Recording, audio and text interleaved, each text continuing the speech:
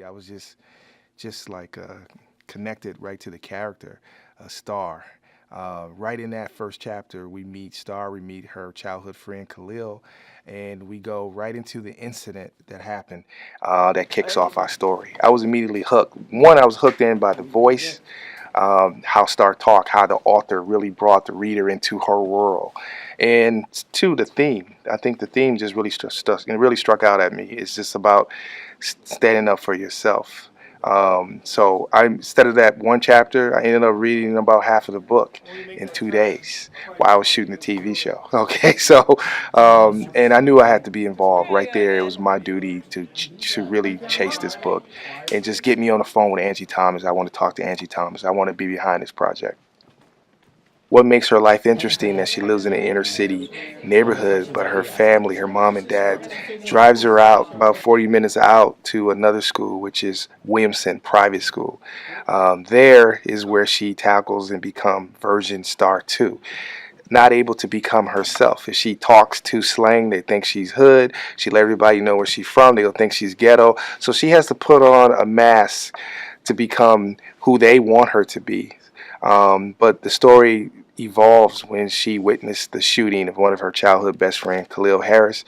And all these things is questioned for her about Star version 1 and Star version 2. Who should I become? Who should I hide from? Who do I tell about this shooting? Who do I tell that I'm a witness? How do I react with my friends about racism and how they say certain things to me?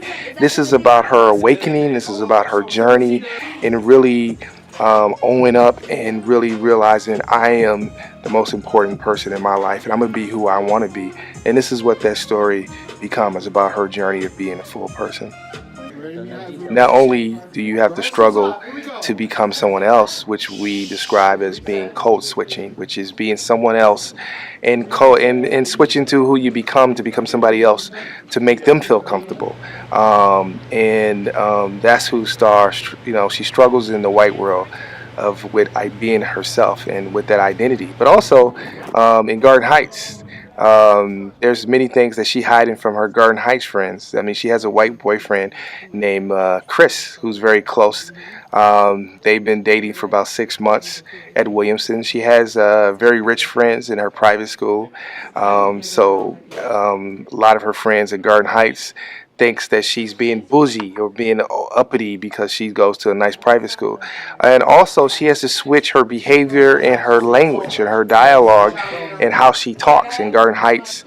If she talks to Williamson in Garden Heights, people will think she's acting white. If she goes to Williamson and she talks too much slang, they'll think she's being African American. So that is something that me and Angie we talked about, and the writers in this film, is that sometimes you have to feel who are you and what is important to you. I'm gonna be who I think I want to be, and this is what Star realizes. Her relationship with her mom is very close, but they see things a little different throughout the movie. And when it comes to Star becoming a witness, Lisa feels it's better to keep Star behind closed doors, concentrate on your school, try to get the best grades. She really believes in moving out of the neighborhood is going to benefit the family because that's what happened to her and her family when her mom took her to a Catholic school very early on. Mav is a little different. He's a very individual who really believes in the Black Panther program. He really believes in black empowerment. He believes in being in the neighborhood. He and Star have a very great relationship. King is exactly like Math. I mean, he's an individual who grew up in Garden Heights. He's from the Heights. At the same time, his dad was a gang member, so he grew up in the gang lifestyles just like Math did. But unlike Math was able to disconnect and disassociate himself from the gang after spending time in prison. Mav realized I'm never going to be, I want my son to be in prison like I was when I found out that I'm in the same prison as my dad. King was not able to really make that difference. I started to see that it was a lot of connecting things in her life that was very much connected to the book as well. I mean, she's an individual that grew up in the inner city, went to a private school, Also dealt with code switching, also dealt with issues that Star has dealt with in the film. And I just felt like she was perfect. She was Star from the beginning, and our relationship pretty much been a partnership throughout this whole process. When I started reading about Mav, about his life as a family man. This guy who has a past. He used to be one of the king lords in this gang, went to prison, out, now is a family man, working in a grocery, a blue collar, hard working, um, and a great wife, great husband and wife relationship. It was a lot of dynamics. And I was like, Russell Hornsby, this the guy. Music plays a huge part in this film, and it kind of goes in three different components in this film. You have Star Ed Williamson and that world, and the white world private school that she goes to is going to have his own music. Why is going to have his own music? Because Star behavior is completely different. She's become version 2. She's not herself.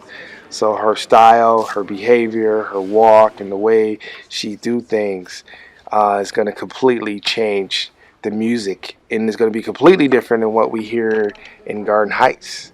In Garden Heights, she hears a different kind of music, and she loves the different styles that's there.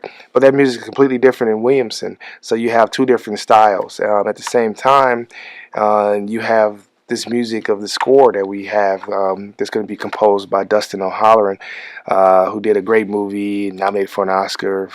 Um, and I'm excited for him to be working on the film too. So you have these three areas of music and different styles, and it all really connect to where Star is, where's her headspace at this particular time. You will be entertained and inspired. You'll walk away, stand up for yourself. You got something to say, believe in it. Don't be version 2, version 3. Just be the version who you are. I think the most important thing that this film that I'm hoping that would do is just start conversations, get people to talk.